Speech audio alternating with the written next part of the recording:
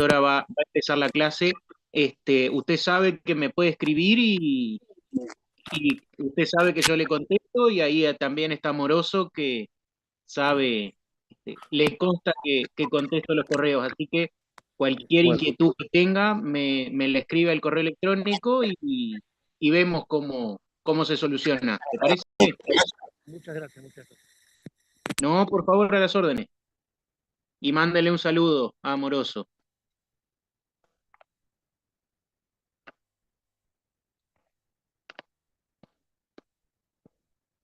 Araceli, veo que andás por ahí. Supongo que tenés todos los poderes de edición. Hola, ¿qué tal? ¿Cómo están? Voy a aprender el video. Si se entorpece o algo la, la comunicación, apago el video, pero en principio yo los escucho bien. ¿Ustedes? Perfecto de mi parte. Bien, bien. Gracias, Ismael. Bueno, estamos en hora. Vamos a hacer lo siguiente. Con respecto a los capítulos, ustedes lo buscan bien, la guía tiene un índice bastante amigable. Quizá a veces no se dan en los capítulos que dice la guía, pero sin embargo, basta que ustedes lo busquen, o sea, en ese sentido, no es como un sistema escolar que damos por criterios distintos. A veces se entiende que es mejor dar unos temas en otro orden para una mayor comprensión. Bien, con relación a la clase anterior, recuerdan que habíamos tratado, voy a hacer una breve síntesis para aquellos compañeros que quizá no pudieron estar.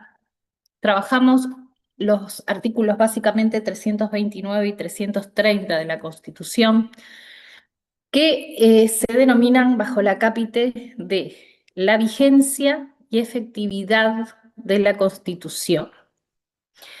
Vigencia, ¿por qué? Voy a pagar. Porque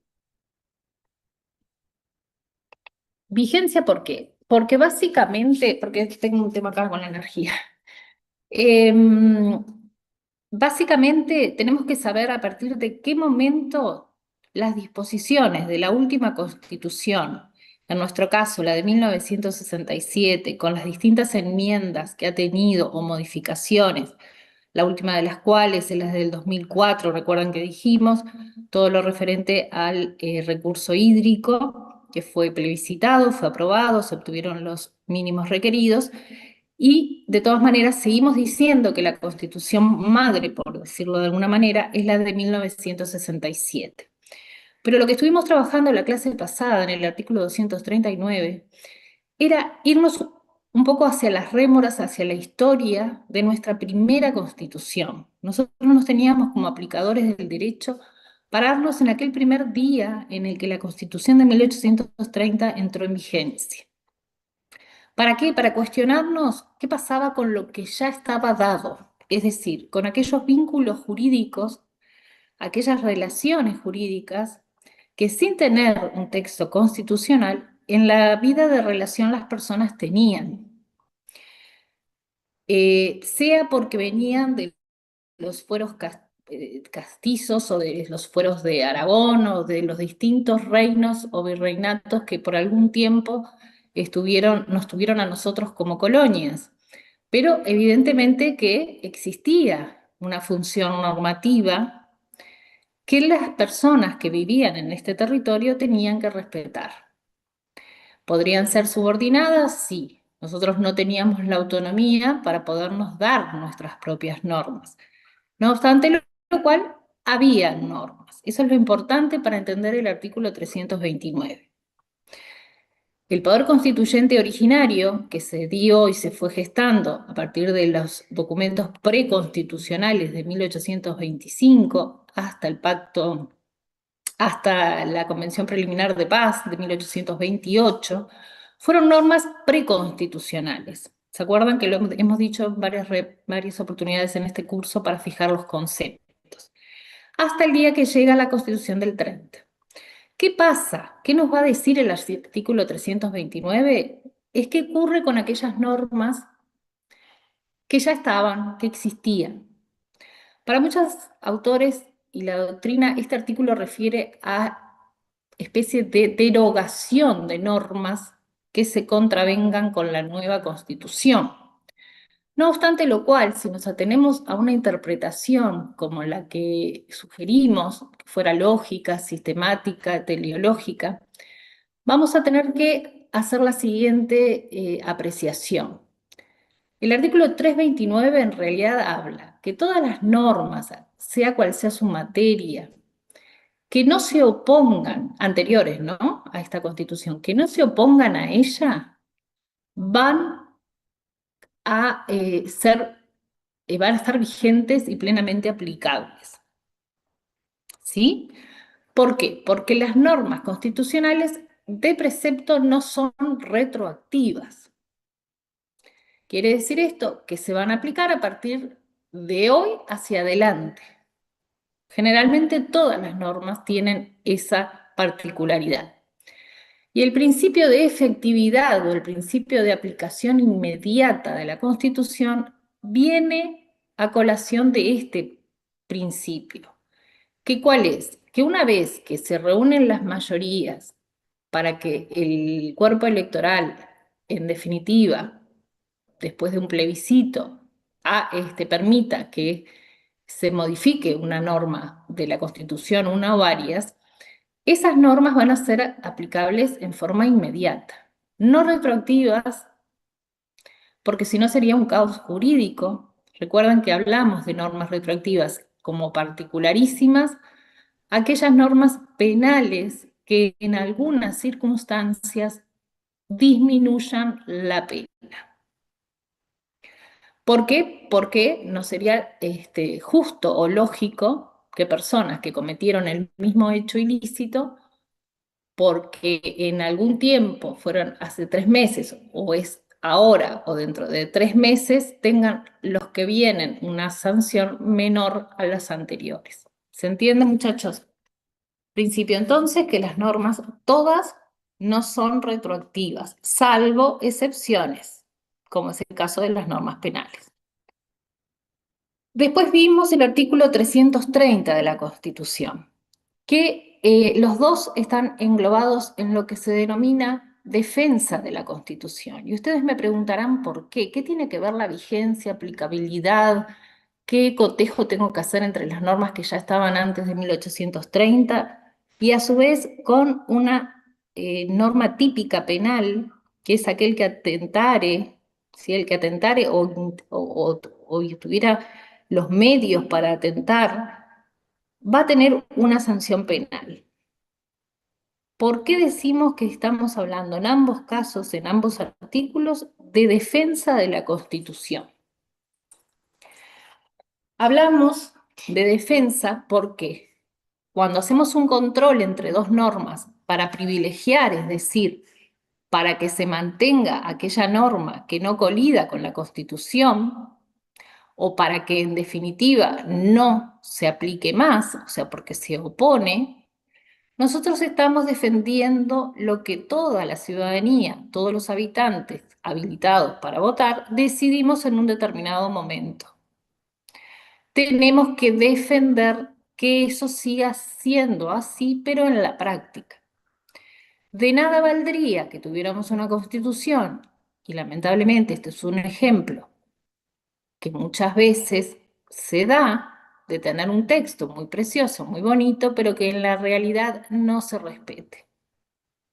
Si yo tengo una Constitución, pero todas las normas anteriores violatorias, supónganse, de las garantías de los derechos individuales o que perpetuaran en el poder a personas que usurparon este lugar, mal podríamos estar hablando de una defensa de una Constitución. Sería lo que algún autor alguna vez dijo, un papel, nada más.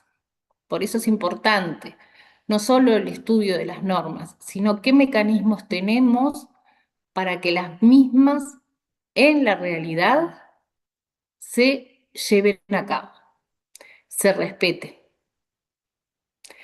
¿Qué mecanismos tiene? Bueno, uno es ese, hacer un cotejo permanente entre una nueva norma, supónganse que mañana se plebiscita X modificación, bueno, tenemos que ver cómo se compadece esa nueva norma con las normas que ya teníamos hasta el día de hoy.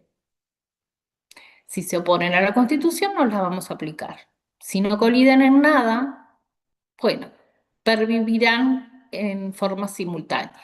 Estamos hablando de normas de otro rango jerárquico, ¿sí? Normas o decretos, en fin.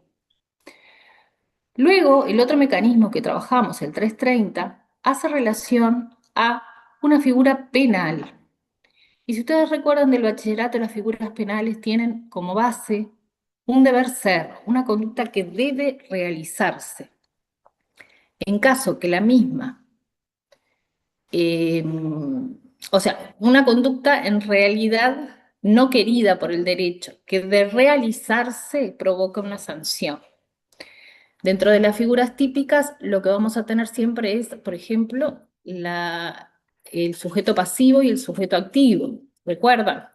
El sujeto activo lo vamos a tener en el que, él o ella.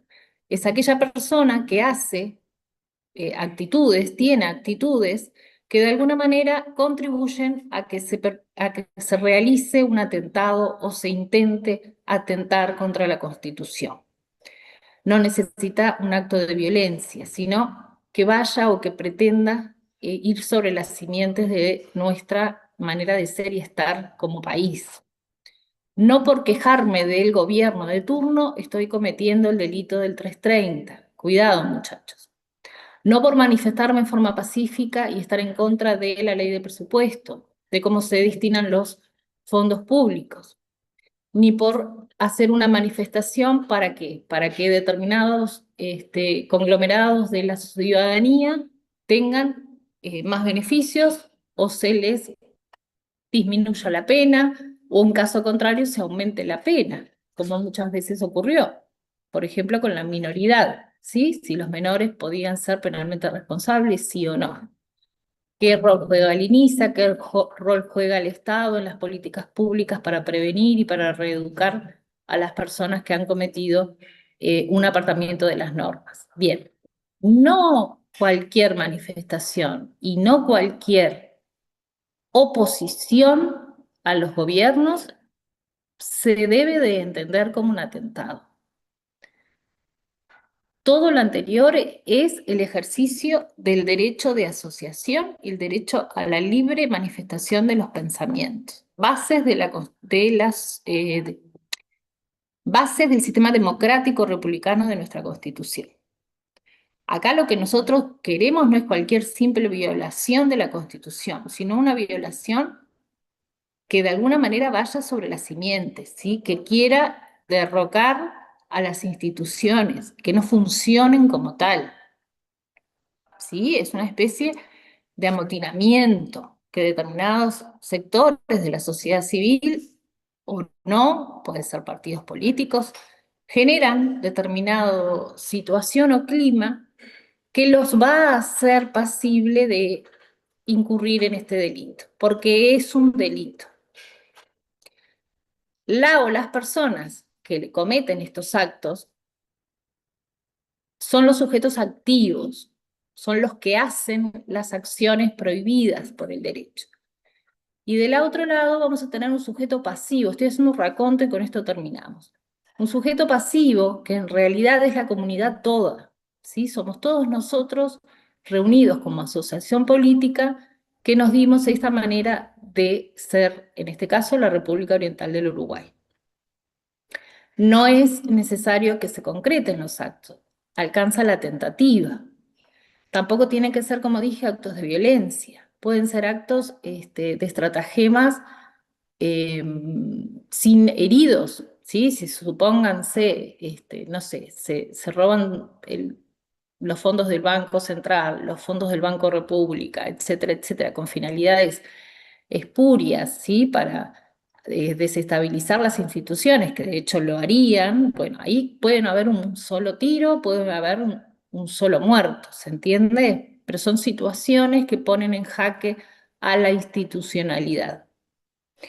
Luego, sobre la sanción, habíamos advertido que no estaba establecida en la Constitución, es decir, el 330 habla del sujeto pasivo o del sujeto activo, pero no me dice qué sanción va a tener esa persona si incurre en estas conductas.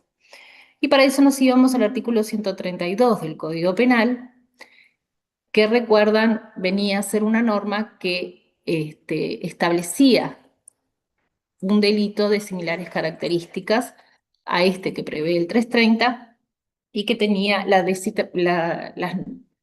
mínimas y máximas de cualquier norma penal. El encargado de dirimir si una persona incurrió o no en ese delito, dijimos que era la Suprema Corte de Justicia, la que otrora se denominaba Alta Corte de Justicia. Bien, parados entonces en ese antecedente y siguiendo con el tema de defensa jurídica de la Constitución, vamos a hablar en esta instancia del control o acción o recurso de constitucionalidad de las leyes. ¿Qué quiere decir esto? Que nosotros tenemos que hacer una verificación.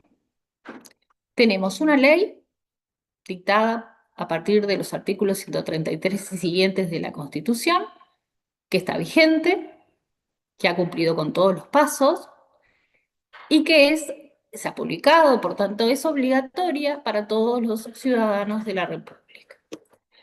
Está vigente y tenemos que ver qué ocurre si en ese supuesto de la norma contradice o contraviene alguna disposición de la Constitución. Por eso es que para Jiménez de Aricha el fundamento de este control es justamente la confrontación.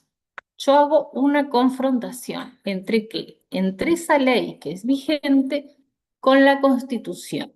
¿Y con qué finalidad se les ocurre? Bien, precisamente para verificar la regularidad jurídica y para, en todo caso, quitarle eficacia a la norma de menor jerarquía si es que vulnera a la Constitución. Es una tarea de las más complejas, es una tarea muy importante que está reservada en forma exclusiva y originaria, ahora vamos a ver por qué utilizamos esos dos conceptos, a la Suprema Corte de Justicia. Decimos que es una competencia originaria porque es la única que lo tiene. Es una competencia que no comparte con ningún otro organismo. Y vamos a decir que es exclusiva por los mismos motivos, ¿sí? Es decir, ningún otro operador jurídico va a poder hacer este cotejo con el efecto de los artículos 256 y siguientes. Para parte de la doctrina, y no es para confundirlos, pero sí quiero que también reflexionemos, toda vez que un juez hace este silogismo, ¿no?, de su caso frente a sus estrados, de sus escritos, de una parte actora, de una parte demandada, de alguna manera está haciendo este análisis y esta aplicación. Y debe hacer un cierto cotejo. No podrá aplicar porque sí una norma que sea tajantemente inconstitucional. Y esto lo digo porque es uno de los caminos que ahora vamos a ver que tiene este recurso, acción o procedimiento, como quieran llamarle, dependiendo de quién es el que lo va a iniciar. Esta reflexión es importante. No quiere decir, repito, que sea la Suprema Corte de Justicia el único órgano exclusivo y originario para dirimir si una ley de inferior jerarquía violenta una norma de la Constitución, no significa que los demás jueces no puedan hacer ese cotejo. Vamos a ver qué pasa si cuando hacen ese cotejo detectan que hay una situación que no se compadece con las normas constitucionales vigentes. ¿Sí? Brevemente vamos a hacer alusión a dos sistemas, no para darlos en profundidad, porque el tiempo obviamente, y en esta materia menos, digo en comparación con derecho constitucional por la cantidad de horas que tiene, nos daría. Pero sí es importante que nos miremos un poquito por fuera, ¿sí? Uruguay, puertas afuera, y sobre todo ustedes que estudian, muchos de ustedes, relaciones internacionales.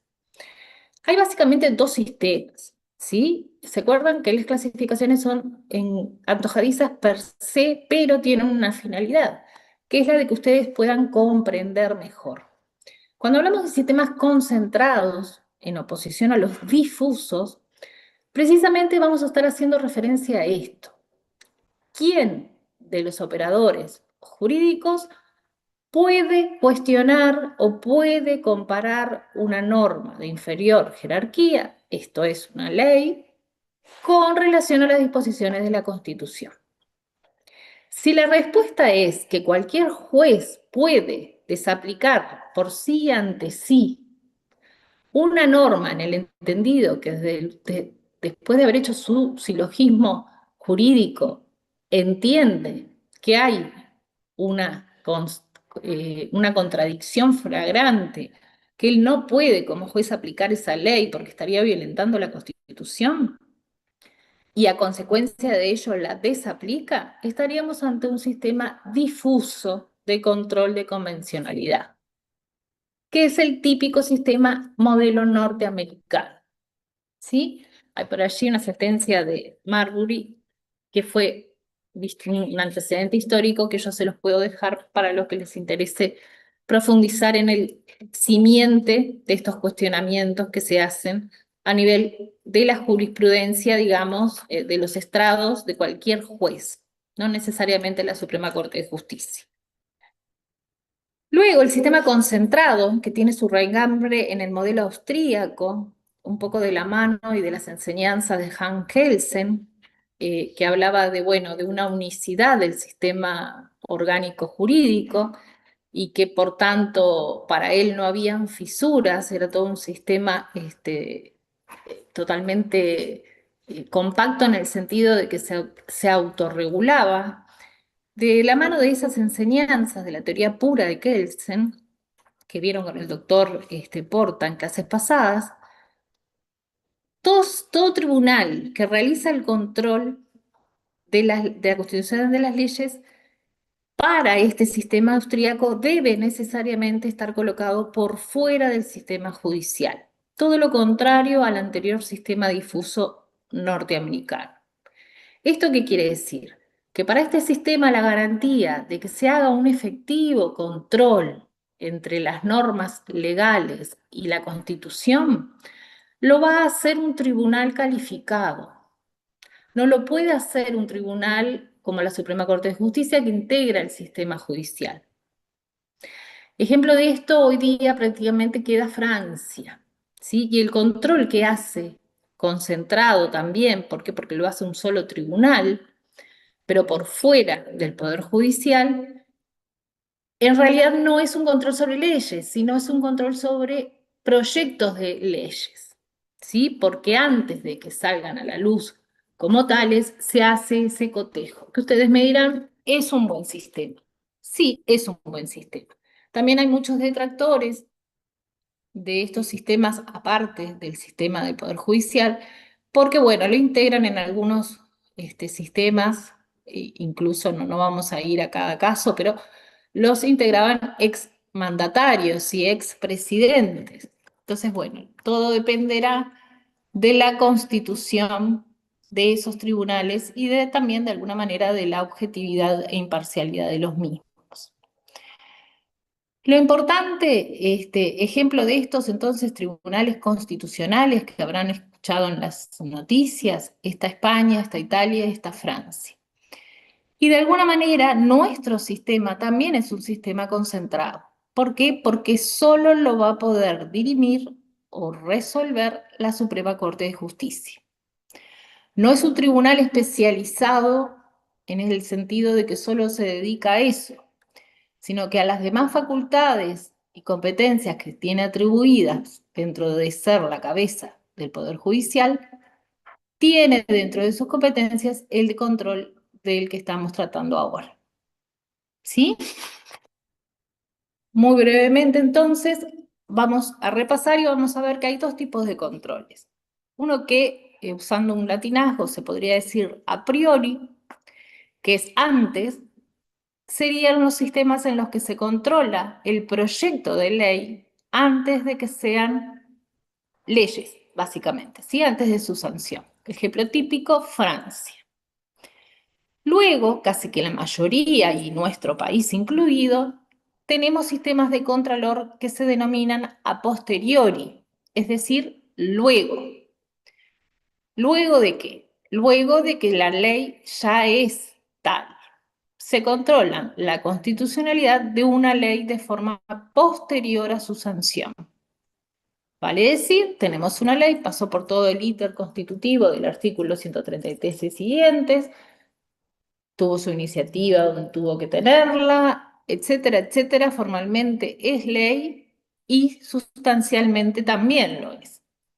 Lo que ocurre es que hay una disonancia en lo que la Constitución me marca y lo que la norma prescribió.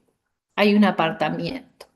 Podrá ser más o menos grosero, podrá ser sutil, podremos tener casos como, les recordaba el denominado impuesto al IAS, que se les cobró a muchos jubilados por mucho tiempo, hasta que de las comunicaciones que cada vez que se desaplica una norma al caso concreto hace la Suprema Corte de Justicia, se resolvió por parte del Parlamento modificarla con carácter general la norma. Pero esto es importante. Ahora vamos a ver los efectos. ¿Sí? Es para el caso concreto. Típicas preguntas de examen.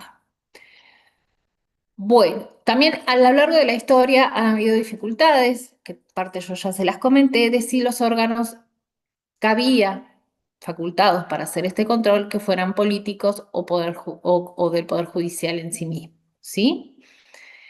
En Uruguay, bueno, ya dijimos que es concentrado y es un órgano técnico, no es político, porque ustedes saben que la designación de los miembros de la Suprema Corte de Justicia en realidad es, luego de la larga carrera profesional de los magistrados, necesitan, pero nada más que como una veña del Parlamento, que sean aceptados, pero llegan allí a ser de los de los elegibles, personas que han cumplido con una carrera legal, en el sentido de que han tenido tantos requisitos, han pasado por ser muchos de ellos desde jueces de paz, jueces letrados, han hecho carrera, luego al Tribunal de lo Contencioso Administrativo, luego tribunales de apelaciones, etcétera. Sí, es una carrera, como cualquier carrera, que tiene sus normas para el ascenso. Por eso lo que se dice es que no es un órgano político. ¿Por qué? Porque no se decide por elección. La venia es digamos, un requisito formal para que se invista a ese ministro de la calidad de ministro de la Suprema Corte de Justicia.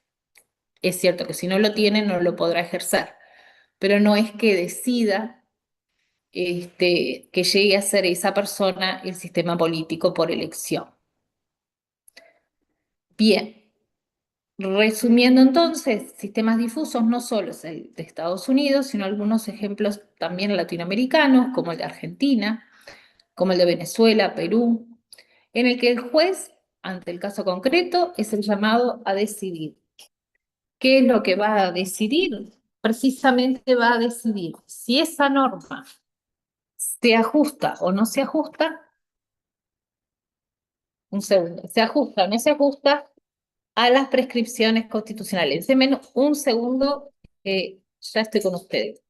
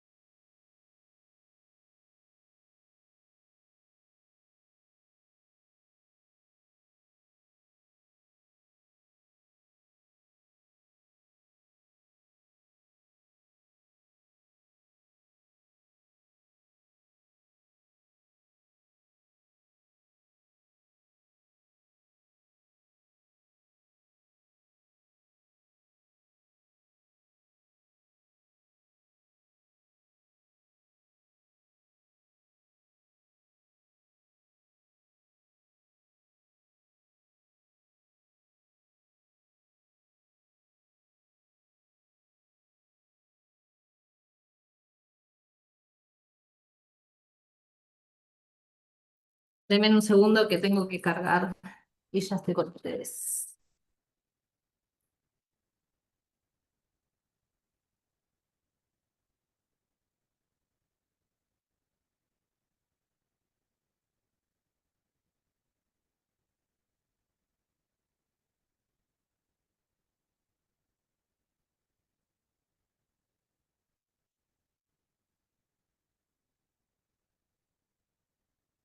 Bueno, a ver si logro prender la cámara.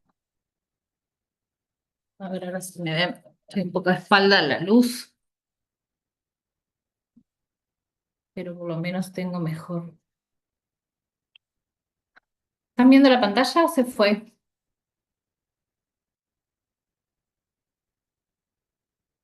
Sí, se La ve. vemos, sí. Bien. Sí, profe, se ve. Ahí. Bien. Porque me estaba quedando sin batería. Bien. Entonces, como dijimos, cuando hablamos de sistemas difusos, hacemos referencia a qué? A que cualquier juez, ante un caso concreto que tenga frente a su escritorio o a sus estrados, o sea, frente al juzgado, va a poder hacer el cotejo, la comparación, y si él entiende que tal ley que debe aplicar a ese caso concreto colide con la Constitución, la va a desaplicar, ¿sí? Por sí y ante sí. Esa es la gran diferencia con el otro sistema, con el sistema concentrado que es el que tenemos nosotros. No cualquier juez va a poder resolverlo, ahora vamos a ver qué es lo que sí puede hacer, pero el que va a dirimir en definitiva es la Suprema Corte de Justicia y nada más que la Suprema Corte de Justicia. Profe, ¿Hay organizaciones? ¿Sí? perdón que te interrumpa, pero no se ve bien. O sea, se ve como muy chiquito y todo como para editar. No se ve la presentación como antes. A ver, déjame ver. Se ve como muy, muy chiquito. Vamos de vuelta.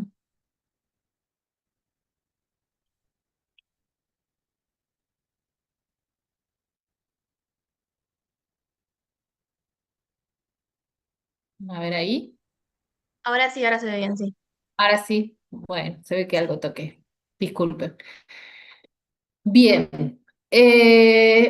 vamos a ver entonces, los voy a invitar a que ahora sí, comenzamos con la Constitución 256 y siguientes, y que me ayuden. Alguien que lea el artículo 256 fuerte, por favor.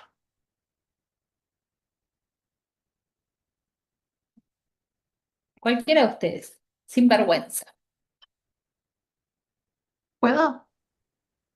Sí, adelante. Adelante. El 256, pero no. Sí, sí. Ar- Bien, artículo 56. Las leyes podrán ser declaradas inconstitucionales por razón de forma o de contenido, de acuerdo con lo que establece en los artículos siguientes. Bien. Entonces, claramente este artículo, si yo lo voy a interpretar, ¿qué me va a decir? Que las leyes, todas, cualquiera de las leyes, leyes en sentido formal, ¿sí? Es decir, que pasaron por el íter constitutivo del 133 y siguientes, y aún aquellas normas de carácter general y abstracto, que si bien pueden no denominarse leyes, en los hechos lo son. Por eso habla de su contenido, ¿sí? De acuerdo con lo que se establece en los artículos siguientes. Es decir, una ley sanciona, porque ¿qué pasa? Si no fuera sancionada, de acuerdo, dos cuestiones con relación a esto, pero no los quiero confundir. Para quienes no se cumplió con el íter constitutivo en forma, es decir, no se cumplió con algún paso previsto en la propia Constitución, básicamente no es ley. ¿Estamos de acuerdo? Puedo intelectualmente compartir. Pero si pese a esa dificultad o a ese error técnico se sanciona, se publica, toda la ciudadanía considera a los habitantes que es una ley, bueno, va a llegar un momento en el que a alguien se le va a querer aplicar, sea en el ámbito administrativo, sea en el ámbito judicial. Entonces ahí tenemos una ley que estrictamente, y puedo compartirlo, insisto, no es ley, pero que tiene la apariencia de ley. Entonces yo podría ir utilizando el procedimiento de estos artículos a la Suprema Corte de Justicia, ¿para qué? Para que para respecto a mí, esa ley que como tal vive en el mundo jurídico, pero que adolece de algún vicio de forma, sea declarada inconstitucional por la Suprema Corte de Justicia. Típico caso, la sanción de la ley no cumplió con los procedimientos constitucionales dispuestos para sancionar las leyes. Caso particular, por ejemplo, no todos los sistemas adoptan este criterio. En Argentina, por ejemplo, no procede una inconstitucionalidad por este tipo de vicios de forma. Importante resaltar de este artículo es que se introdujo recién en 1934. Y recuerden que cuando nosotros hablamos de tipos de constituciones, una de las características para poder calificar a nuestra constitución de rígida era que contara con procedimientos específicos, los del 331, para su modificación, sea parcial o total, y el otro elemento importante era si tenía un procedimiento especial establecido para cotejar el cumplimiento de las normas constitucionales. Y allí dijimos que este segundo elemento no estaba presente en la Constitución de 1830, perdón. Recién se incluyó en la Constitución de 1934. Luego, esta norma la tenemos que complementar con alguna otra norma legal de inferior jerarquía, pero que es importante, que prevé el Código General del Proceso, que es el código que regula todo lo relativo a los juicios, siguiendo el artículo 12 de la Constitución.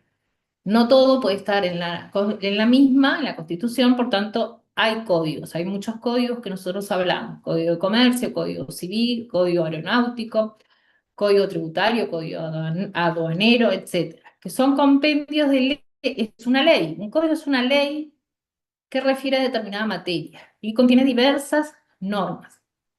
Pues bien, el Código General del Proceso es el código que regula en materia civil las formalidades que tiene que llevar un procedimiento para que el juicio se dé con las debidas garantías, ¿sí? En caso de que las partes no estén de acuerdo, podrán recurrir, en fin, se prevé la doble instancia, en algunos casos sí, en otros no. ¿Y qué me va a decir este Código General del Proceso con relación a esta acción? Me va a decir en su artículo 508 textualmente lo siguiente: siempre que deba aplicarse una ley o una norma que tenga fuerza de ley en cualquier procedimiento jurisdiccional, se podrá promover la declaración de inconstitucionalidad. Vale decir que una norma de inferior jerarquía está de alguna manera haciendo una interpretación, no auténtica porque no la hizo el constituyente, pero sí de lo que ocurre en los casos de aplicación de este procedimiento. ¿Qué podrá hacerse? Promover la declaración. Cuando hablamos de promover una declaración, no decimos, no se promueve una abrogación ni una derogación. ¿Qué quiere decir? Es que para el caso concreto se le va a declarar inaplicable, pero la norma va a seguir en el mundo jurídico tal y como se sancionó. Es importante que este procedimiento va a referir no solo a leyes formales sancionadas por el Poder Legislativo, sino también por, no sé si lo vimos en este curso, pero luego lo vamos a ver, a un tipo de actos jurídicos particulares, legislativos, que fueron dictados en los periodos de facto, en el último periodo de facto, y que se denominan como decretos leyes, ¿sí? Que fueron aprobados por el Consejo de Estado, y asimismo actos institucionales o decretos constitucionales. Luego vamos a ver la ley y la vamos a ver en detalle porque es importante más allá del tiempo transcurrido, porque se van a enfrentar ustedes a que porque hay a una norma que se le dice ley y otras decretos leyes, como el tan manido y conocido Decreto Ley 14.219, que regula básicamente los contratos o arrendamientos rurales, que muchos de nosotros suscribimos, sea con ANDA, con Porta, con Contaduría de la Nación. Bien. Alguien que lea el artículo 257 si es tan amable.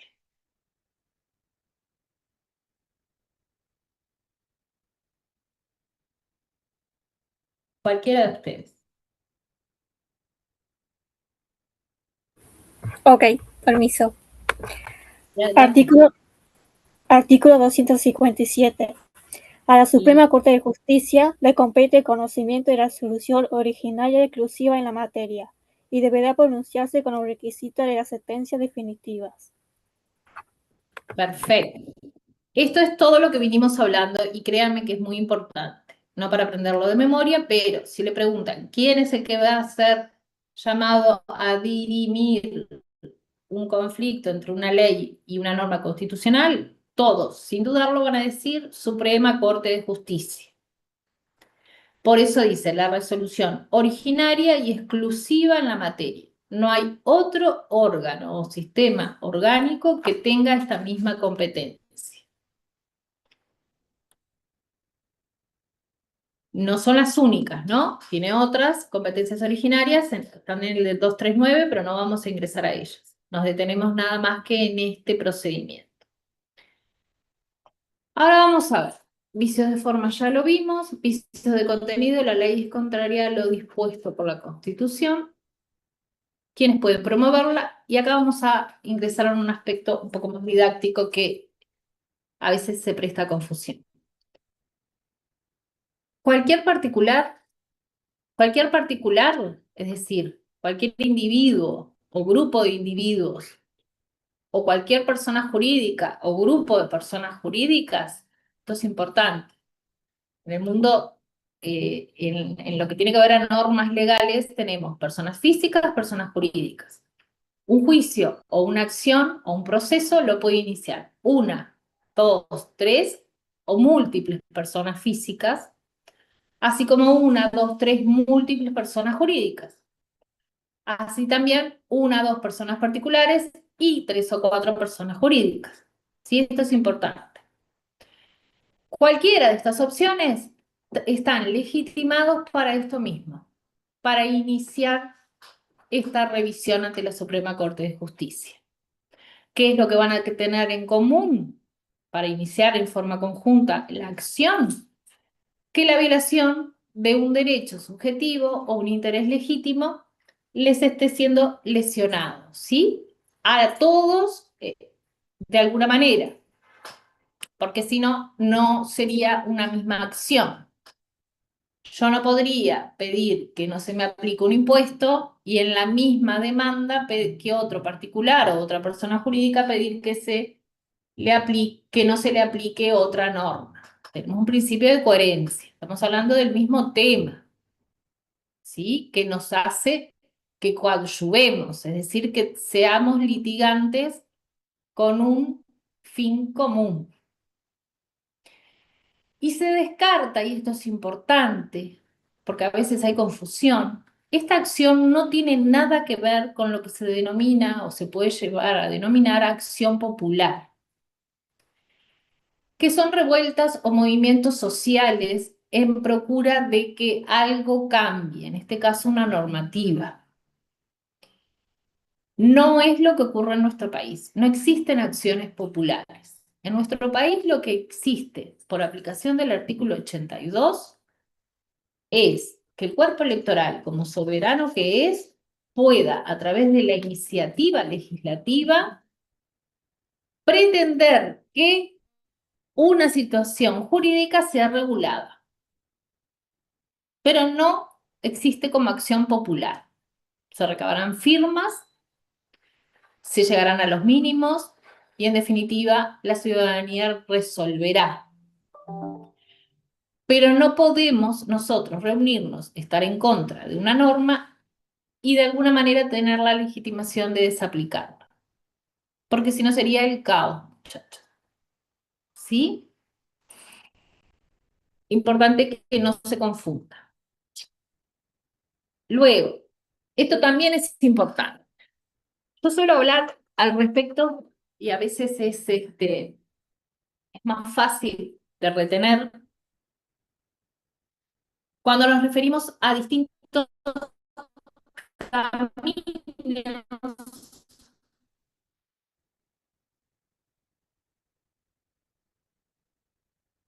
puedo llegar, en definitiva, a que la Suprema Corte de Justicia resuelva el caso concreto. Imagínense, tengo el problema y quiero ver qué caminos me llevan a la Suprema Corte de Justicia. Si estuviéramos hablando, como les mencioné, que un juez sentado en su escritorio tiene un caso, supónganse de pensión alimenticia, ¿sí? Tiene un actor, tiene un demandado, tiene una pretensión que tiene que resolver. Una vez que se produce toda la prueba, está llamado ¿a qué? A fallar, falla mediante una sentencia. Si una de las normas que él debe aplicar, que es su rol fundamental, aplicar las normas al caso concreto, él entendiera que viola la Constitución, lo que debe hacer ese juez es suspender el proceso y por vía de oficio eleva todos los antecedentes, vale decir, la demanda, la contestación, las pruebas producidas, los informes, los oficios agregados, etcétera, etcétera. ¿A quién? A la Suprema Corte de Justicia, que es la que va a tener que resolver. Tengo la vía 1, entonces. Ese es un camino. Por eso cuando hablábamos de controles difusos y concentrados, no significaba que los jueces aplicaran cualquier cosa, porque los jueces tienen criterio y no pueden aplicar normas que violen la Constitución. A veces estamos hablando, puede ser situaciones de leyes en épocas confusas en las que los gobernantes pueden hacer abuso de poder. Gobernantes y también el poder legislativo, ¿sí? O presiones que tenga el poder legislativo para sancionar determinadas leyes. Bueno, el peso y contrapeso de los poderes me va a decir que ese juez no puede aplicar cualquier cosa. Tiene que parar todo y elevarlo a la Suprema Corte de Justicia. ¿Qué pasa en el medio? Ese proceso queda suspendido. Nada puede pasar. Si bien, por ejemplo, di un ejemplo, pensión alimenticia, bueno, va a haber un obligado y una persona que está cobrando, porque estamos hablando de derechos indisponibles como son los de los alimentos de un menor o de una persona, niño, niña o adolescente. Entonces, bueno, se suspende el proceso, la resolución final. Probablemente sí ya haya una pensión que esté en curso y se esté devengando y se esté percibiendo, en el mejor de los casos. Luego, en otros países, no en el nuestro, hay órganos políticos del Estado que lo pueden promover. Francia y Bolivia son un ejemplo, pero no nos vamos a detener en ello. Importa que de oficio en nuestro país solo lo puede hacer el juez de la causa. Juez de la causa, ¿quién va a ser? Es el juez que es competente para dirimir determinado conflicto. Y solo él. Porque en las normas está establecido que no puede cualquier juez ingresar a analizar el caso que mejor le convenga o el que se sienta más cómodo. ¿Por qué? Porque tenemos un sistema, y esto es importante, aleatorio de distribución de turnos. ¿Qué quiere decir esto? Yo voy a una oficina digitalmente, ingreso en ventanilla única de todos nosotros los profesionales, y se va a adjudicar un número, que va a ser el número de juez, de juzgado, de expediente. Y le van a asignar un turno. El turno es el juzgado. Pero ese turno no lo elijo ni yo, ni el juez puede decidir resolver sobre mi caso, sino que es aleatorio. Es el juez que me toque. Y a los jueces les llegan los casos que le toquen, para garantizar justamente la imparcialidad y la objetividad. Y si le llegara a un juez un caso de una persona que tiene estima, que es amigo, o es conocido, o es un familiar, va a tener que excusarse. Y se lo va a pasar a otro juez. ¿Por qué? Porque no va a poder fallar en situaciones en las que él no sea lo suficientemente objetivo e imparcial. ¿Estamos claros? Bien. Volviendo y repasando. Dentro de los caminos yo voy a tener el camino de oficio, como dijimos, y otro camino que es la acción propiamente dicha. La acción es esa que mediante una demanda, por ejemplo, ustedes como estudiantes al que se les quiere aplicar un determinado programa, supónganse que es violatorio por el contenido, porque no, porque por ejemplo prevé que se tiene que analizar la pena de muerte, pero no con ánimo de análisis, sino para, bueno, de alguna manera ir sembrando adeptos. Estoy diciendo un disparate, estoy diciendo algo muy grosero. O que un programa impida que determinadas personas ingresen a una clase. Eso es groseramente inconstitucional. Es un programa, por más autonomía de la Universidad de la República, violenta la Constitución. Bien, si fuera por una resolución del Consejo. Pero si es una ley, supóngase, que dice lo mismo, que los estudiantes de Relaciones Internacionales del año 2026 van a tener que tener determinadas características. Claramente es violatoria de la Constitución. Entonces ustedes se pueden reunir, van al estudio de un abogado o abogada, y por vía principal, es decir, el profesional les va a redactar una demanda que se va a denominar acción de inconstitucionalidad de X ley, los va a hacer comparecer a todos, va a tener un capítulo de hechos, un capítulo de derechos, va a ofrecer pruebas, etcétera, etcétera. ¿Ante quién? Ante la Suprema Corte de Justicia. Esa es la vía principal. Todos nosotros tenemos una causa común, una pretensión común, que es ¿cuál? Que tal ley no se nos aplique. ¿Por qué? Porque es contraria al principio de igualdad, supónganse. Violatoria, flagrantemente. Quizás rompe los ojos, pero yo sola no la puedo desaplicar. Tengo que pasar por el procedimiento de la acción de inconstitucionalidad. ¿Por qué dice por vía principal? Porque nosotros, o ustedes, estudiantes, no están atravesando ningún proceso, no tienen ningún número de expediente y no están ante ningún juzgado, haciendo nada. Como era el caso de la pensión alimenticia, ¿se entiende? En el que habían partes y era el juez que decidía, no, paren un poquito muchachos, yo esto no lo voy a aplicar, subo a la Suprema Corte y espero a ver qué resuelva. Acá, en el principal, no hay proceso. Lo van a promover ustedes. Y van a tener que ser lo suficientemente precisos para que si les llegan a resolver la Suprema Corte de Justicia a su favor, no quede dudas de cuál es el alcance. ¿Por qué? Porque en un proceso tengo una demanda y una contestación. Yo tengo una litis, tengo un proceso en trámite. No obstante, ustedes cuando inician la acción por vía principal, tienen una demanda. Entonces ustedes, por ejemplo, van a decir que tal ley, número tal, en su ámbito de aplicación espacial, temporal y de personas, comprende a XXX personas, siendo los comparecientes quienes se encuentran en esa situación por tales y cuales circunstancias. ¿Para qué? Para que cuando ustedes pidan que se les desaplique esa norma, sepamos qué es lo que vamos a obtener. No sé si me logro explicar. Si yo no soy suficientemente clara, la Suprema Corte de Justicia va a fallar de desaplicar qué, ante qué circunstancias, qué situación, qué artículo de la ley, a quiénes. Típico caso, si es una acción de inconstitucionalidad por vía principal de la aplicación de un tributo. Me presento yo y mi vecina. Me quieren cobrar un tributo que considero que es inconstitucional. ¿Puedo hacerlo? Sí, lo hago.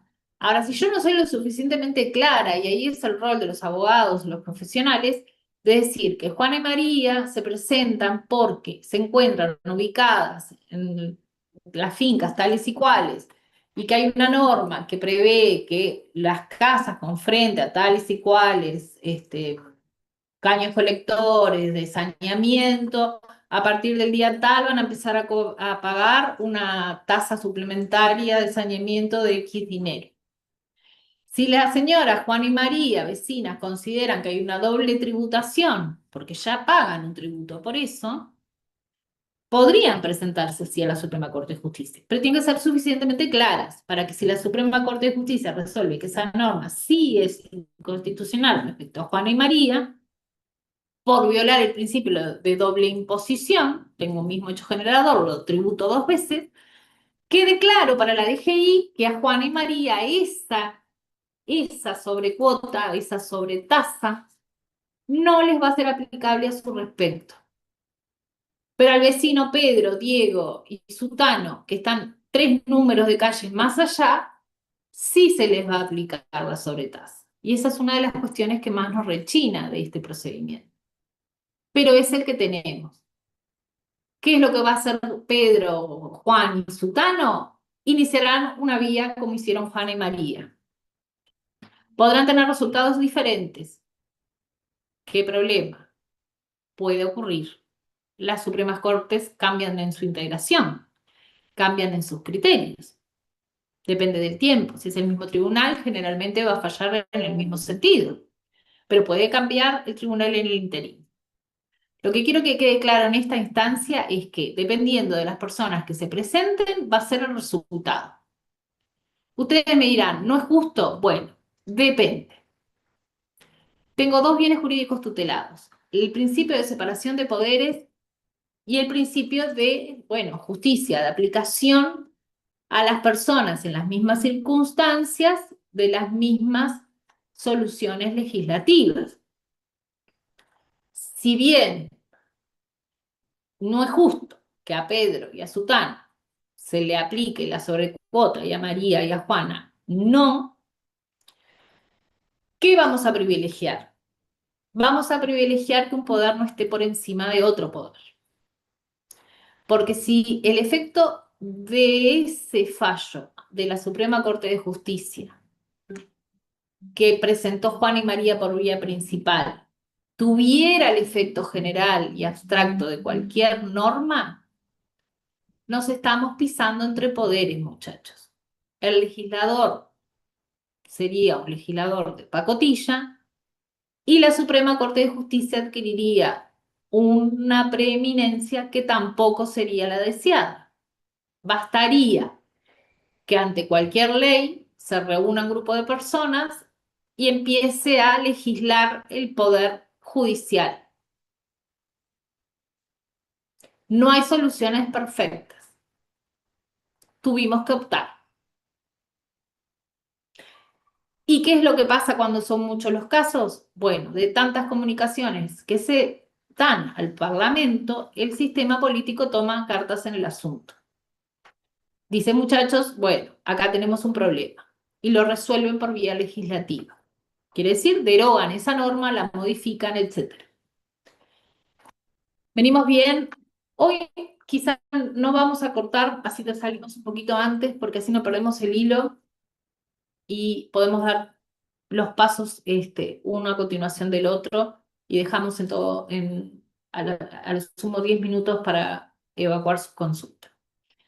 La vía principal entonces, Juana y María se presentaron, ¿sí? Ante la sanción de una ley y dijeron, me van a aplicar 2 veces la tributación, esto es inconstitucional, me quejo.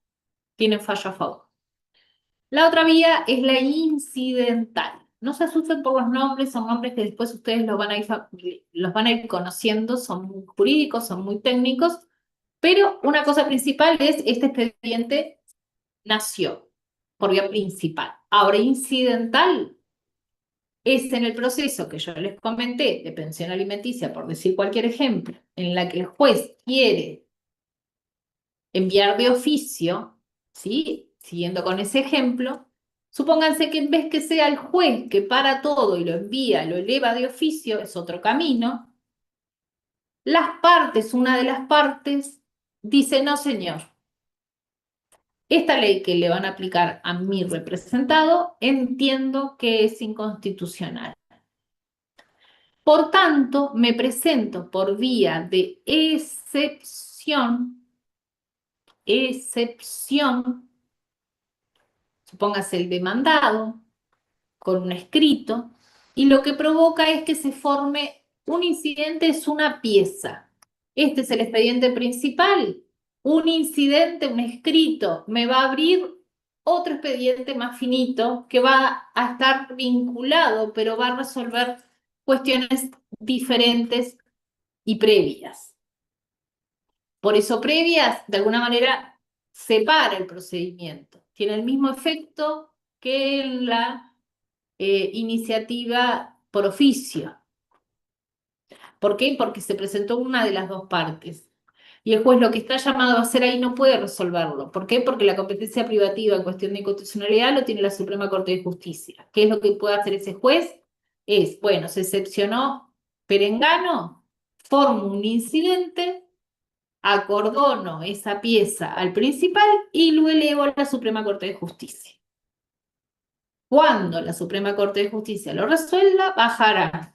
Y dependiendo del resultado, se seguirá el trámite.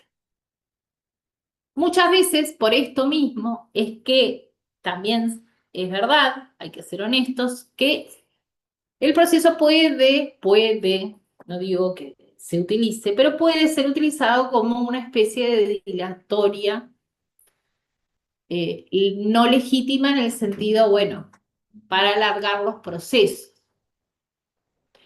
No siempre, pero puede pasar. Incidente de inconstitucional, incidente, se para todo y hay que esperar. La solución a esto la tiene la Suprema Corte de Justicia como otros tribunales, los de apelaciones. Hoy es un tema muy técnico, procesal, pero por ejemplo, ¿en qué? En decisiones anticipadas. Cuando llegan muchos casos parecidos, sea una apelación, a un tribunal de apelaciones o a la Suprema Corte de Justicia, hay un tiempo marcado, la ley de organización de los tribunales, para que cada miembro de ese tribunal analice y estudie su caso. Pero cuando, supónganse, pasa esto, que reiteradamente se presentan acciones de inconstitucionalidad o incidentes de constitucionalidad para frenar el proceso, para alargarlo, para dilatarlo, si se da muy seguido en el tiempo y en forma recurrente, para cortar esos plazos, ese transcurso del tiempo, ¿qué es lo que hacen esos tribunales? En el caso nuestro de este proceso, la Suprema Corte de Justicia dicta una decisión anticipada que va a cortar los plazos de estudio de cada uno de los miembros de la Suprema Corte. ¿Sí? Son como herramientas que el sistema se va dando. Pero es totalmente legítimo que se presente, más allá del resultado. Bueno, la declaración, en estos casos, volviendo un poquito al derecho comparado, y a contrario de lo que vimos en otros modelos, la declaración de un tribunal especial en nuestro país es con efectos particulares, concretos. Y eso está, a ver si alguien me ayuda a leerlo, artículo 200.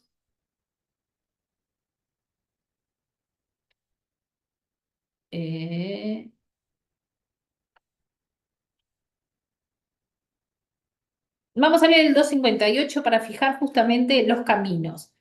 Si alguien les pregunta qué vías o qué caminos tenemos para iniciar la declaración de constitucionalidad, ustedes van al artículo 258. Alguien que lo lea fuerte. Luciana, adelante.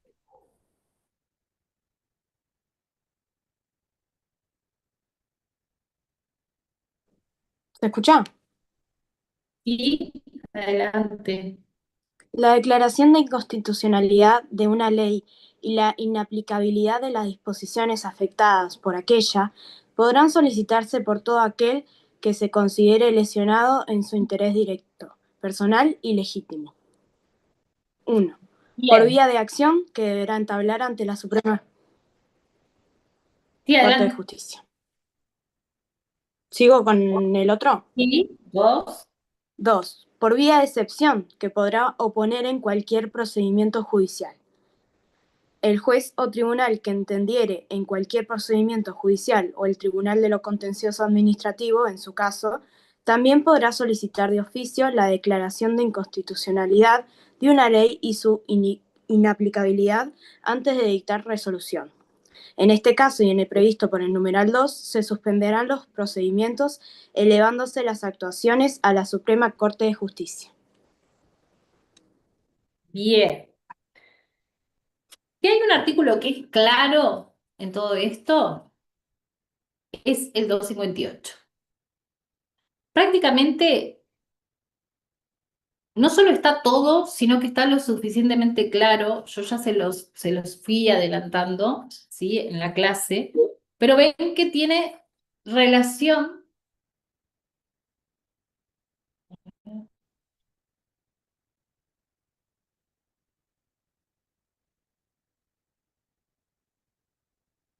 Se cortó. No se cortó, denme un segundo, Parecía. perdón.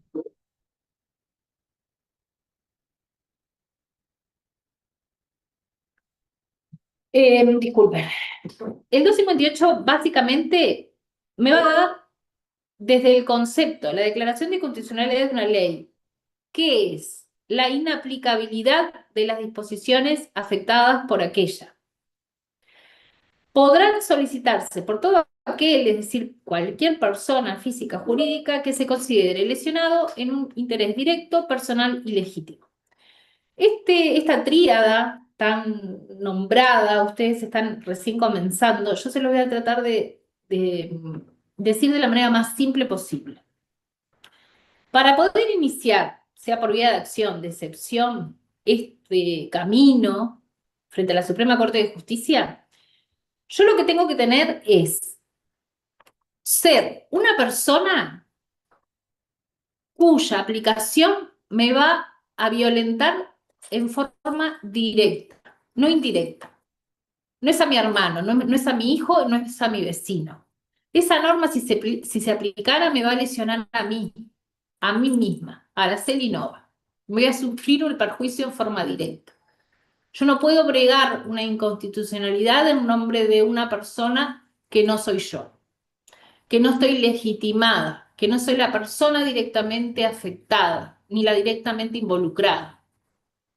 Tengo que tener un interés directo, personal y legítimo. Legítimo amparado por la norma, por las normas, los distintos tipos de normas, ¿sí? No solo las constitucionales. Y directo es que no puede ser por vía obliqua. Por ejemplo, si yo soy representante de una sociedad anónima, puedo sí firmar, si tengo el poder para pleitos, esa demanda, pero ahí yo no estoy actuando por mí, estoy actuando en nombre y representación de esa sociedad anónima, que es la que directamente se siente lesionada si se le aplica esa norma. ¿Se comprende? Acá no cabe que yo bregue por otras personas, por la asociación de chicos con síndrome Down, o por la asociación de chicos. Si yo no soy una madre que tiene, lamentablemente, una persona en situación de discapacidad, o no soy una persona que la norma le aplique directamente, no voy a poder propugnar este proceso. No hay asociaciones civiles que tengan la legitimación. Por eso no existen las acciones populares. ¿Para qué? Para cambiar una norma nos presentamos nosotros porque consideramos que es ilegal o es inconstitucional. No, yo tengo que ser una persona afectada. Si la norma que se va a aplicar refiere a pensiones a la vejez, solo se va a poder presentar a aquellas personas que reúnan los requisitos en edad y en circunstancias para ampararse a esa norma. Mi hijo de 19 años no se va a poder presentar. ¿Se entiende? Porque no gozan de un interés directo, personal y legítimo. No son los directamente involucrados en la aplicación de esa norma. ¿Se entiende, chicos? Yo sé que es muy técnico. Para no repetir, para no decirlo de memoria. Bien, los caminos. La vía de acción ya lo hablamos. La de excepción también. O por la parte, es por la parte que está en un proceso. Y cuando le llega la demanda de X persona, uno de los mecanismos procesales para defenderse es decir, no señor, usted me está pidiendo una pensión alimenticia, pero no es inconstitucional la aplicación de esa norma por tal y cual circunstancia. y yo por vía de excepción lo interpongo, la acción de inconstitucionalidad, y suspendo el proceso y se remiten los autos a la Suprema Corte de Justicia. Les voy a contar un caso real. Yo trabajo en consultorio de la Facultad de Derecho y después se terminó resolviendo no necesariamente por inconstitucionalidad, pero en definitiva se obtuvo el resultado. Pero se interpuso, sí, una excepción de inconstitucionalidad. Fíjense en el caso, es un caso real que les puede interesar. Una demanda civil de daños y perjuicios de una madre y una hija, menor de edad ella, por mala praxis contra X prestadores de salud. Era una abuela, supónganse A, y la nieta B. Como ustedes sabrán, los niños, niñas y adolescentes que son, no tienen 18 años, están sujetos a la patria potestad, tutela o curatela. Bueno, si hay un papá, el papá que había quedado con vida, ejercía la patria potestad de la niña B. De aquí que se redacta la demanda, firma A, firma el papá por B, porque es menor de edad, y se inicia el proceso de responsabilidad. Se hacen los traslados de la demanda, contestan las distintas prestadoras de salud, etcétera, etcétera. Hay un procedimiento, ese mismo que está en el Código General del Proceso, que establece que la primera audiencia es una audiencia en la que necesariamente tienen que ir las partes en forma personal. No pueden ir representadas por su abogado. Tienen que estar allí, tienen que presentarse. La abuela A comparece, pero el padre de la niña B, por X circunstancias que desconocemos, no se presentó. Por las normas puras y duras del CGP, el juez de la causa, ¿qué dijo? Téngase por no presentada la niña B, por tanto queda fuera del proceso. La consecuencia es muy gravosa. Esto no los quiero abrumar con este tema, pero esto ocurrió de tanto que pasaba que por cuestiones no legítimas se iban suspendiendo las audiencias. Hasta que llegó un día el legislador y bueno, vamos a ponernos formalistas.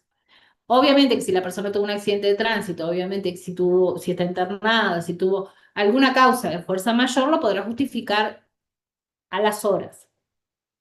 Pero no fue el caso. Y el juez, aplicando las normas civiles, evidentemente falló y dejó afuera a la niña. Bueno, algo no les marca como que no está bien, que no es correcto que por una acción de un tercero se vea vulnerado el derecho de una niña. Todo pareciera que nos rechina, ¿verdad? ¿Cómo voy a castigar a una niña por un hecho de un adulto? Dejarla fuera de un proceso del cual quizá, no sé porque todavía no terminó, pueda resultar ganancioso de una suma de dinero. A la madre lamentablemente no la va a recuperar más, pero los procesos civiles por responsabilidad tratan de eso, ¿sí?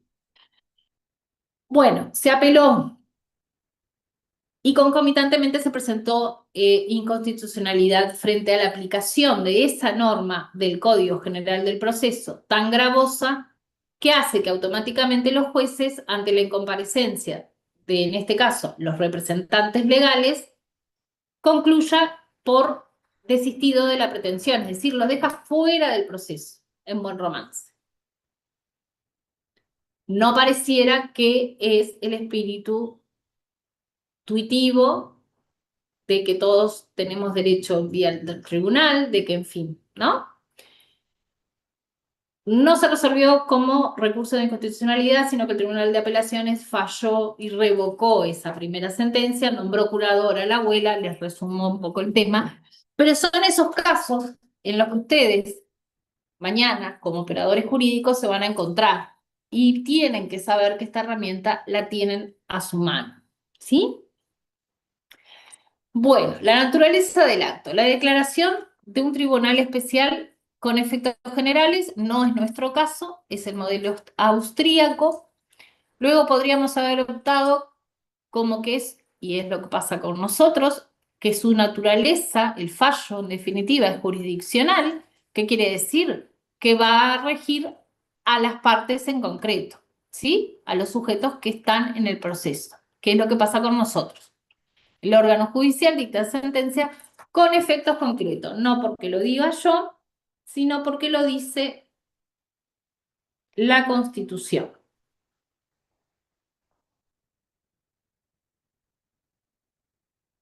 Mientras levándose. El fallo 259 de la Suprema Corte de Justicia se referirá exclusivamente al caso concreto y solo tendrá efecto en los procedimientos en que se haya pronunciado. Esto también es una incorporación de 1934.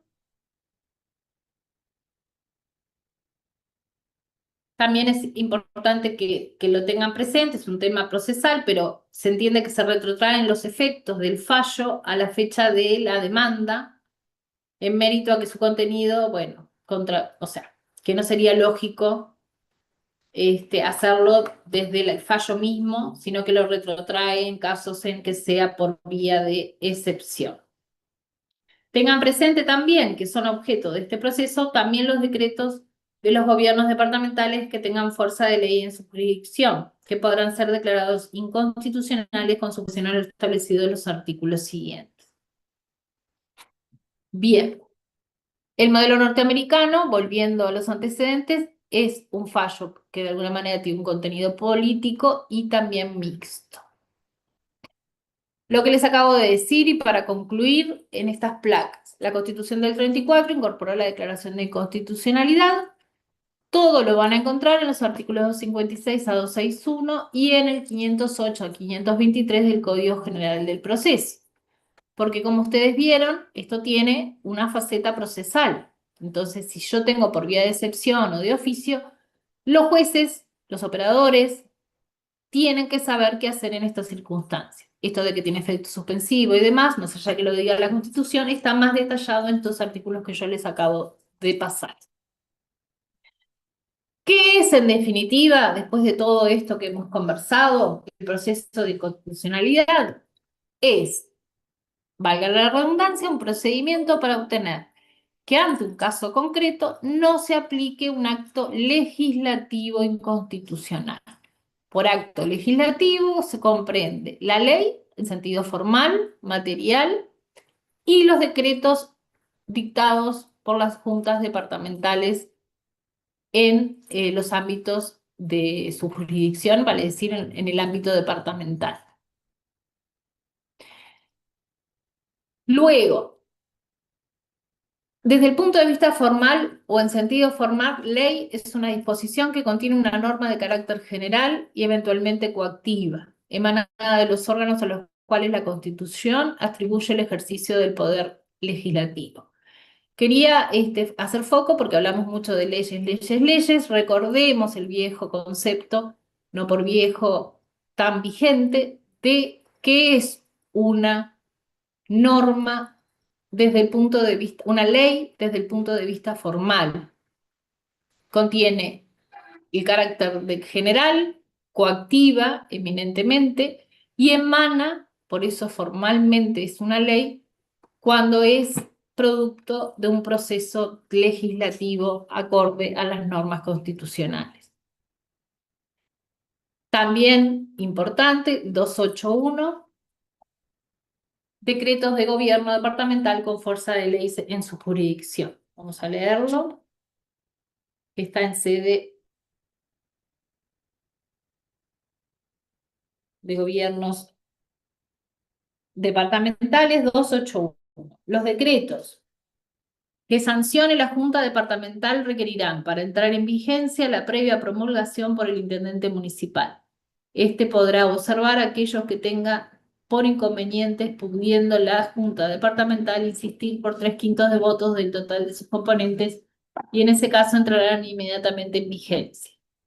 Si el intendente municipal no los devolviese dentro de los 10 días de recibidos, se considerarán promulgados y se cumplirán como tales. No podrán ser observados los presupuestos que hayan llegado a la Asamblea General por el trámite establecido en el 225. ¿Qué quiere decir con esto? Leyes y decretos con esa fuerza en el ámbito de los gobiernos departamentales, es decir, de la descentralización territorial. En cuanto a las formas o los motivos o las razones, la ley o el decreto con fuerza de ley no cumplió con determinado paso previsto en su propia Constitución, ¿sí? Por ejemplo, las mayorías establecidas previstas en la Constitución o la iniciativa privativa en lo que es materia tributaria del Poder Ejecutivo. Ahora, en cuanto a su contenido, lo dispuesto, es decir, lo que la norma mandata, es contradictorio con la norma constitucional.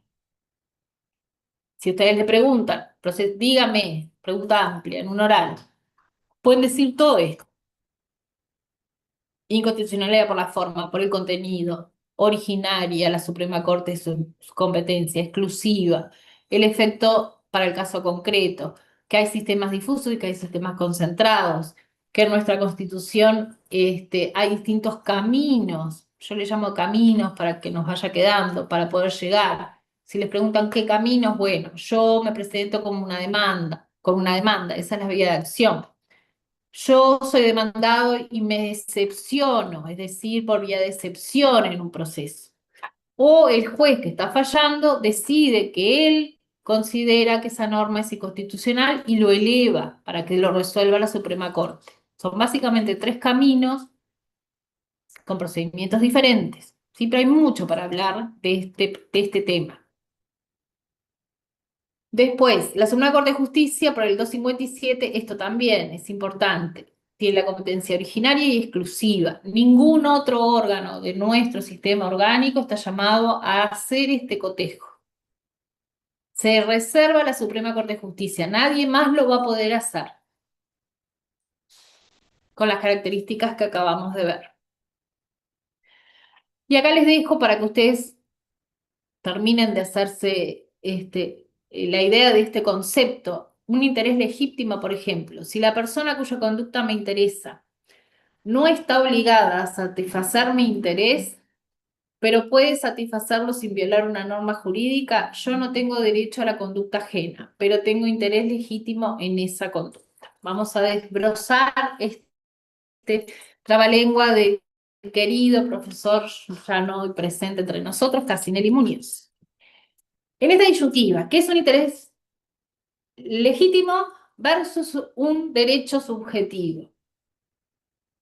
Si yo tengo derecho a que Mauricio, compañero que está en pantalla, a que Mauricio cumpla con una obligación. Supónganse que Mauricio es mi empleador. Yo trabajo para Mauricio. Yo cumplo el trabajo de lunes a viernes todo el mes. Hago mi tarea, la cumplo y no falto.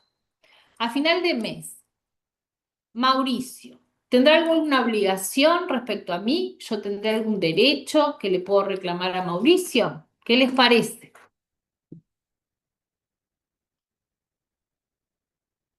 Mauricio, ¿me vas a pagar o no me vas a pagar? Nicolás.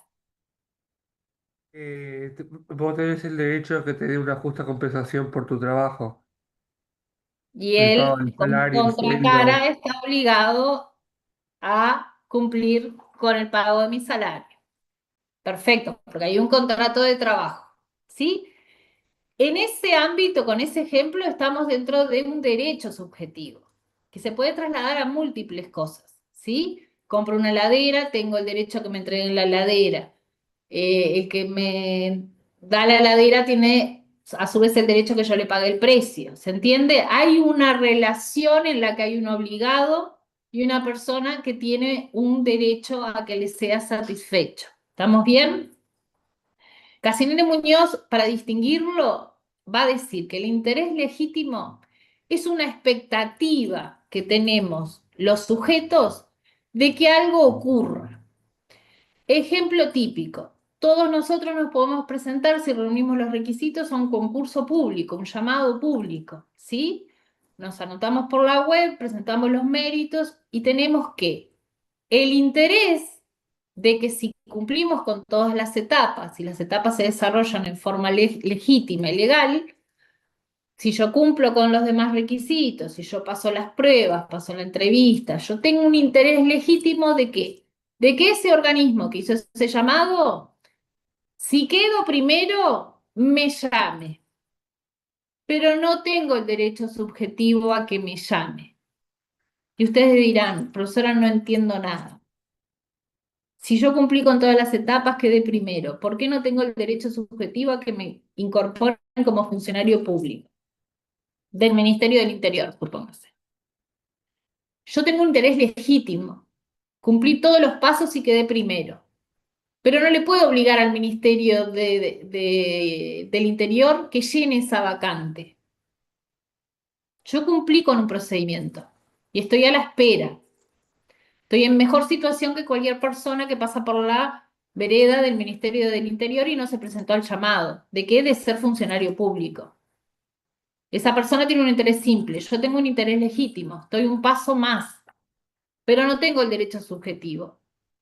Recién cuando se cubre la vacante y me incorporen al estatuto como funcionario público, dejo de tener un interés legítimo para pasar a tener un derecho subjetivo. ¿De qué? De funcionario público. Que en el caso parecido que teníamos con Mauricio, que yo cumpla toda mi jornada laboral, que cumpla con mis tareas y que al final del mes el Ministerio del Interior me deposite en mi cuenta mi salario. ¿Se entienden, muchachos? Las diferencias entre un derecho subjetivo, un interés legítimo e incluso un interés simple. El interés simple puede ser de cualquier ciudadano a que por ejemplo, no sé, que se recolecte en tiempo y forma la basura en la puerta de mi casa. Ustedes miran, pero es un interés legítimo. Y bueno, depende. Ahí son esos temas límites, ¿sí? Porque pago todos mis impuestos. Pero en realidad no tengo una acción combinatoria, salvo una denuncia, para que pasen en forma regular. ¿Se entiende, muchachos? Todo esto se dirime en cuanto al efecto coactivo que voy a tener para con el sujeto obligado. Y por acá vamos dejando. El interés directo para Corseñac lesiona a personas de manera frontal, no oblicuo. Y para Justino Jiménez de Arechaga el interés es inmediatamente vulnerado por la aplicación de la ley inconstitucional.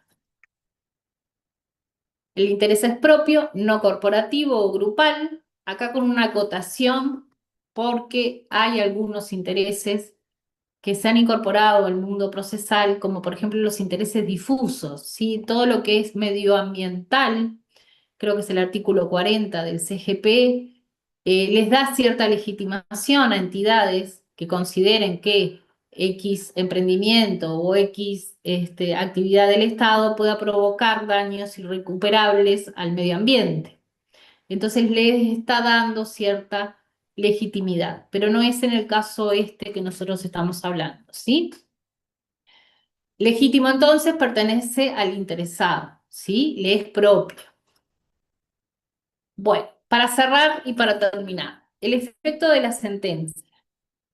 La sentencia va a tener efectos al caso concreto. Grábenselo con letra de molde. La ley o decreto con fuerza de ley en su jurisdicción va a continuar estando vigente y es aplicado al resto de las personas. Por más que nos rechine, por más que no nos convenza, les di los argumentos, ¿sí? Caso contrario, tendríamos un poder que sería demasiado absoluto respecto al otro. Y esto está en el fallo artículo 259. El fallo de la Suprema Corte de Justicia se referirá exclusivamente al caso concreto y solo tendrá efecto en los procedimientos en que se haya pronunciado. Bueno, por vía de acción le dejo allí los artículos. Ya lo dimos en la hipótesis en que se plantea la solicitud de la declaración sin un procedimiento pendiente. ¿Se acuerdan? María y Juana no tenían nada a la ley y ellas eran vecinas con frente a tal calle. Se presentó un escrito ante la Suprema Corte de Justicia y ahí está la norma. Luego, por excepción, se interpone ante el tribunal que se encuentra entendiendo en determinado asunto. El tribunal suspende las actuaciones, eleva el expediente a la Suprema Corte de Justicia que resuelve sobre la inconstitucionalidad. Ya lo trabajamos, ya lo vimos, esto es solo a título de resumen. Y de oficio el juez, antes de resolver el asunto en cuestión que tiene en sus manos, eleva la solicitud de que el expediente sea estudiado por la Suprema Corte de Justicia para que resuelva sobre lo que él entendería es una aplicación inconstitucional. Y de oficio, bueno, remito a la norma 258, ¿sí? Que es el procedimiento que ya estuvimos viendo. Los efectos entonces son, frente al caso concreto, hay un informe de la Comisión de Constitución y Legislación de la Cámara de Senadores del 30 de agosto del 62, que se las traje porque me pareció interesante, que dice, la declaratoria de inconstitucionalidad afecta, por lo tanto, a la eficacia de la ley, sin incidir sobre la validez, agregando que la ley es ley, pero no produce efectos, carece de eficacia en el caso concreto, juzgado si se admite que su producción fue viciosa. Esto es para cerrar porque es importante. La ley va a seguir siendo vigente y para el caso concreto en cuestión también lo es, solo que es un tema de los efectos. Carece de eficacia frente al caso en el que se falló que era inconstitucional. Este artículo me pareció muy interesante porque es muy clarificador. Bueno, muchachos, cierro la PPT. Si tienen alguna consulta puntual, si quieren repasar, si no lo vemos el miércoles. El miércoles continuamos.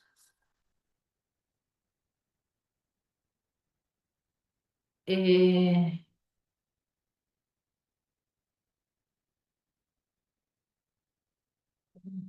un segundo. ¿Qué temas le siguen a este en su guía o en el programa?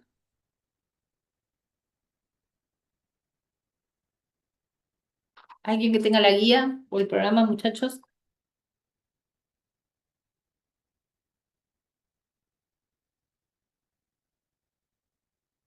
¿Nadie?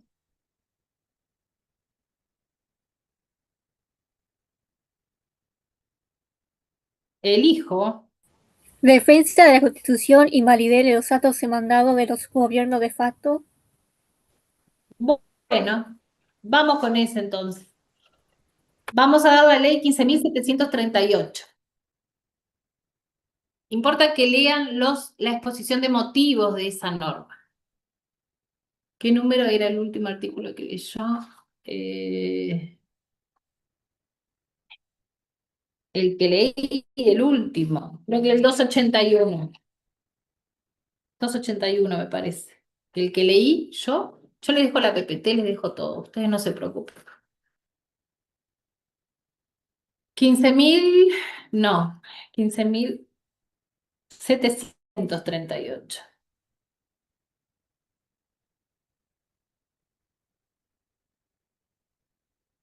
Que es la que refiere a qué pasó con toda la normativa en el interregno entre que tuvimos el cese de las autoridades naturales y vivimos el periodo de facto, ¿sí? Que es desde 1971 a 1985. Su periodo de tiempo largo, y esta ley vino a zanjar 15.738 de alguna manera qué era lo que pasaba con las situaciones jurídicas que habían vivido de diferentes personas, todos nosotros, yo era muy niña, pero todos los que en ese momento se casaron, contrataron, compraron casas, etcétera, etcétera.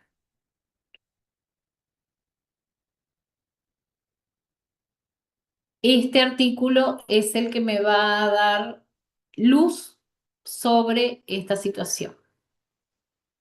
Por eso es importante que lean la exposición de motivos, sobre todo. ¿De acuerdo? Profe, perdón. Sí, cómo no. El link para el miércoles sé que están en EVA o se va a enviar por el grupo de WhatsApp. Las PPT yo se las voy a poner en EVA y en el grupo de WhatsApp. Esta se la subo. Ok, ¿Sí? igual preguntaba por el link del Zoom, perdón. ¿No tienes el Zoom? No, no, Ah, ¿no sí, tienes pero te el preguntaba por el link. WhatsApp?